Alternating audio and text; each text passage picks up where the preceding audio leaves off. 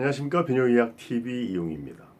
오늘 소변 참기에 대해서 말씀드리는데요. 처음에 여성의 소변 참기에 말씀드렸듯이 소변을 과도하게 참았을 때 근육세포가 이렇게 과도한 팽창을 하면 축 늘어지는 게 아니고 근육세포가 이렇게 허혈성으로 이렇게 스트레치돼서 손상을 받았을 때 근섬유가 약간은 섬유화되고 콜라겐 섬유로 바뀌면서 탄력과 유연성이 떨어지기 때문에 빈뇨, 절방뇨, 여러 가지 소변 증상뿐만 아니라 잔뇨가 끝까지 추측을 못하는 이런 증상도 나타난다 말씀을 드렸는데 남자도 마찬가지죠. 과도하게 팽창되는 경우가 맥주를 많이 먹고 소변을 참았을 때, 아침에 늦잠 잤을 때, 고속버스 타고 가다가 휴게소 놓쳐가지고 막 찢어질 듯이 아팠을 때, 운전하다가 과팽창, 여러 가지 직업적인 노출 이런 게 여러 가지 소변을 참는 상황이 벌어지는데 남자들은 조금 다른 메커니즘이 하나 있습니다.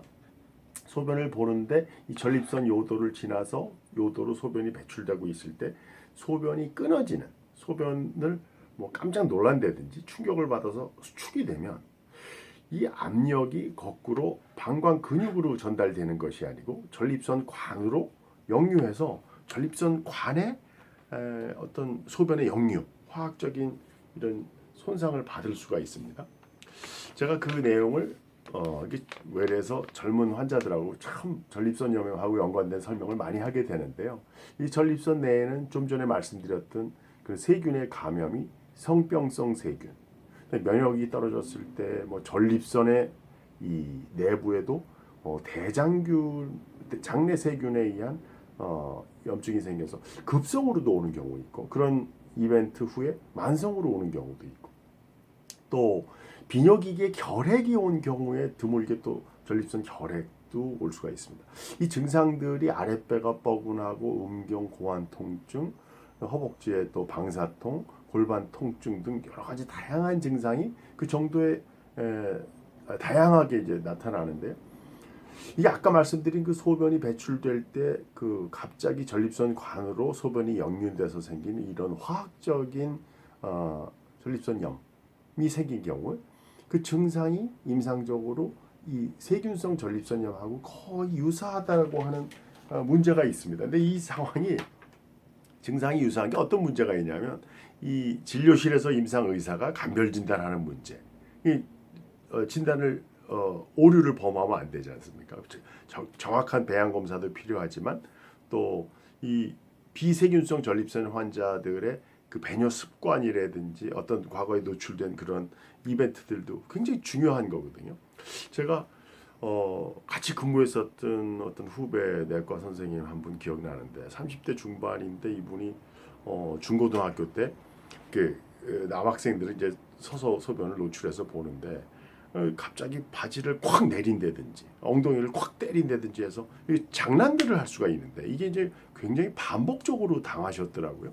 아니, 소변을 보는데 저도 이제 같이 소변기에서 보다가 이제 우연히 알게 됐는데 이제 소변 줄기가 끊어지고 막 힘을 줘야 되고 굉장히 심한 배뇨 통증을 가지고 계시더라고요. 어려움을 가지고 계시는데 이분이 나중에 이제 조금씩 제가 이제 도움을 드려서 좋아지시긴 했지만 이게 잘못하다가 이제 이거 10여 년 치료를 안 하셨기 때문에 아주 만성적이고 고질적인 배뇨 장애를 가질 수 있는 상황이거든요. 그래서 이 진료실에서 제가 경험하게 되는 거는 처음에 제가 이 채널을 시작할 때 학생 성병 이런 세균 감염에 대한 얘기를 한 이유가 있는데요. 학생이라고 해서 성병성 전립선염이 안 생기는 게 아니고 그다음에 면역 상태에 따라서는 어떤 연령층에서도 이렇게 세균성 전립선염이 혈행성으로 오는 경우도 있고요. 또 이게 배뇨 습관에 따라서는 다양하게 이런 비세균성 전립선염이 와서 만성적이고 이런 고질적인 배뇨 장애를 가져가시는 분이 너무 많습니다.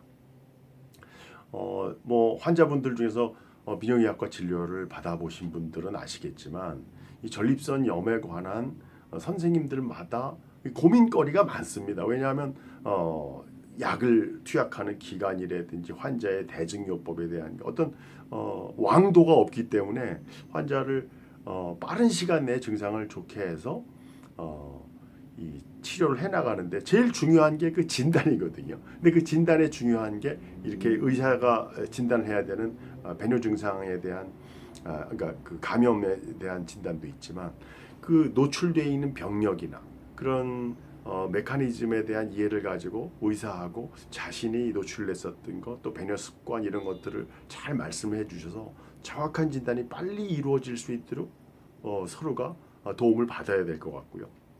오늘 이제 배뇨 참는 문제 남성에 대한 이야기를 했는데 다음번에 또 중요한 사정을 참았을 때 어떤 문제가 되는지 한번 말씀을 드리겠습니다. 오늘 비뇨의학 TV 이용이었습니다.